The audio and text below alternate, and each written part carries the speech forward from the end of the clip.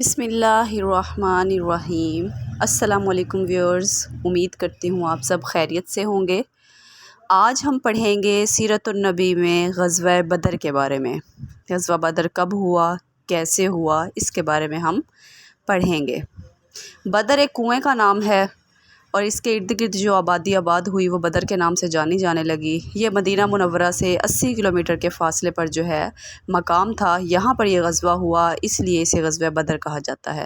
غزوہ بدر 2 ہجری رمضان المبارک میں ہوا اور یہ اسلام کا باقاعدہ پہلا غزوہ تصور کیا جاتا ہے جس میں لڑائی ہوئی۔ اب ہم دیکھتے ہیں غزوہ بدر کے اسباب کیا ہیں۔ غزوہ بدر کے اسباب میں سب سے پہلا سبب جو ہے وہ یہ تھا کہ قریش کی روحانی قیادت کو خطرہ تھا۔ انہیں ڈر تھا کہ اگر ہم نے جو ہے مسلمانوں سے شکست حاصل کر لی، مسلمان اگر غالب آ گئے تو ہماری روحانی قیادت جو ہے وہ خطرے میں چلی جائے گی۔ دوسری وجہ تھی وہ تجارتی راستے کی بندش کا خطرہ تھا۔ قریش کا جو تجارتی راستہ تھا وہ مدینہ سے ہو کر شام گزرتا تھا، اگر مدینہ والے جو ہے مستحکم ہو جاتے تو ان کا یہ راستہ بند ہو جاتا۔ مدینہ کے یہود سے انہوں نے خط و کتابت شروع کی، عبداللہ بن ابی سے، کہ آپ نے محمد صلی اللہ علیہ وآلہ وسلم کو رکھا ہوا ہے، یا تو انہیں ہمارے حوالے کر دو یا تو نعوذ باللہ انہیں قتل کر دو، ورنہ ہم تمہارے ساتھ اچھا برتاؤ نہیں کریں گے۔ حضرت سعد بن معاذ رضی اللہ تعالی عنہ جو ہیں یہ عمرہ کرنے کے لیے مکہ گئے۔ وہاں پر ابو جہل کے ساتھ جو ہے ان کی تھوڑی سی تکرار ہو گئی۔ حضرت سعد بن معاذ رضی اللہ تعالیٰ عنہ کو ابو جہل نے یہ دھمکی دی کہ ہم تمہارا داخلہ جو ہے وہ مکہ میں بند کر دیں گے۔ تو اس پر حضرت سعد بن معاذ رضی اللہ تعالیٰ عنہ نے یہ کہا کہ اگر تم ہمارا راستہ بند کرو گے تو ہم تمہارا تجارتی راستہ جو ہے وہ جو مدینہ سے ہو کر گزرتا ہے اسے بند کر دیں گے۔ تو ان دونوں کے درمیان یہ جو تکرار ہوئی یہ بھی ایک وجہ بنی تھی غزوہ بدر کے واقع ہونے میں۔ یہ جو میں آپ کو بتا رہی ہوں کچھ وجوہات ہیں، کچھ اسباب ہیں جن کی وجہ سے غزوہ بدر جو ہے وہ وقوع پذیر ہوا تھا۔ ٹھیک ہے، اس کے علاوہ غزوہ بدر کی وجوہات میں سے ایک وجہ یہ بھی ہے کہ مکہ پر لشکر کشی کا خطرہ تھا۔ چونکہ مسلمان اگر مستحکم ہو گئے تو انہوں نے مکہ پر لشکر کشی کر دینی تھی، تو مکہ والے چاہتے تھے کہ وہ مدینہ والوں پر حملہ کر کے ان کا خاتمہ کر دیں۔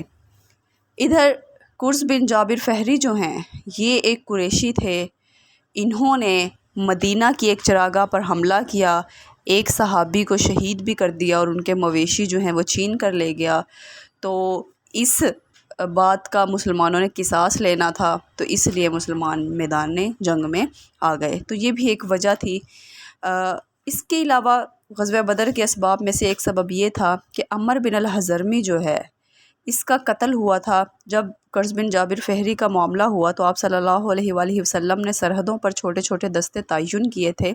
ان دستوں میں سے ایک دستہ جو ہے حضرت عبداللہ بن جہش کا تھا، جن کے ہاتھوں ایک مشرک مارا گیا تھا، عمر بن الحضرمی، تو مشرکین اس کا بدلہ لینا چاہتے تھے، تو یہ قتل بھی وجہ بنی۔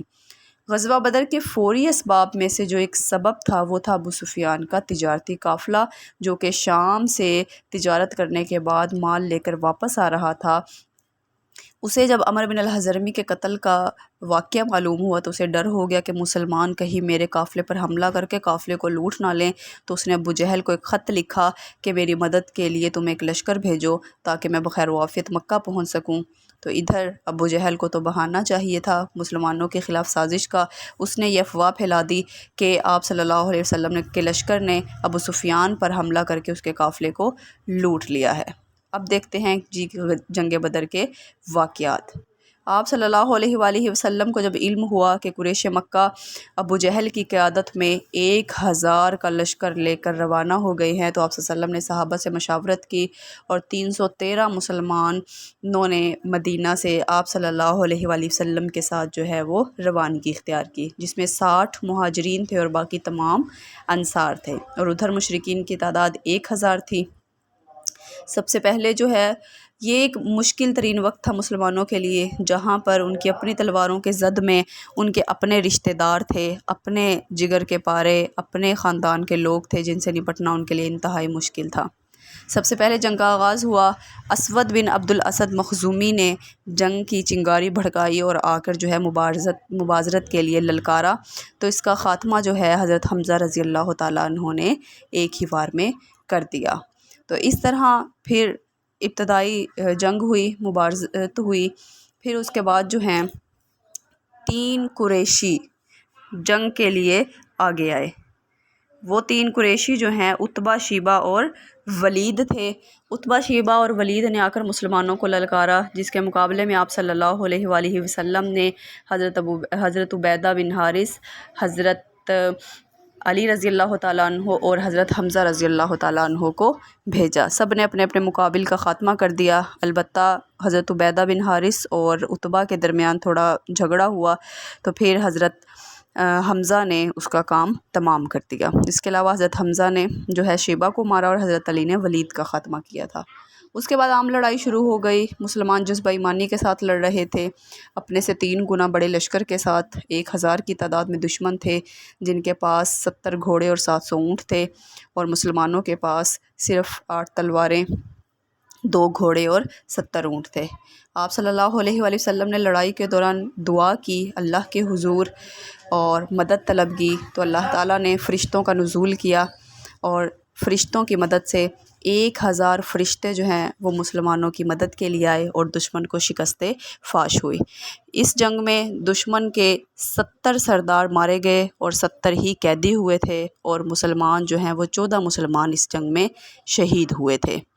اور فتح کی خبر لے کر جب قاصد جو ہے مدینہ پہنچا، تو اس وقت آپ صلی اللہ علیہ وسلم کی بیٹی حضرت رقیہ رضی اللہ تعالیٰ عنہ کو دفن کیا جا رہا تھا۔ حضرت عثمان ان کی بیماری کی وجہ سے شرکت نہ کر سکے تھے، تو وہ ان کی پاس ہی موجود تھے۔ تو اس طرح فتح کی خوشخبری لے کر حضرت عبداللہ بن رواح اور حضرت آپ صلی اللہ علیہ وسلم کے منہ بولے بیٹے حضرت زید بن حارثہ جو ہیں وہ لے کر آئے تھے۔ تو یہ ہیں غزوہ بدر کے واقعات۔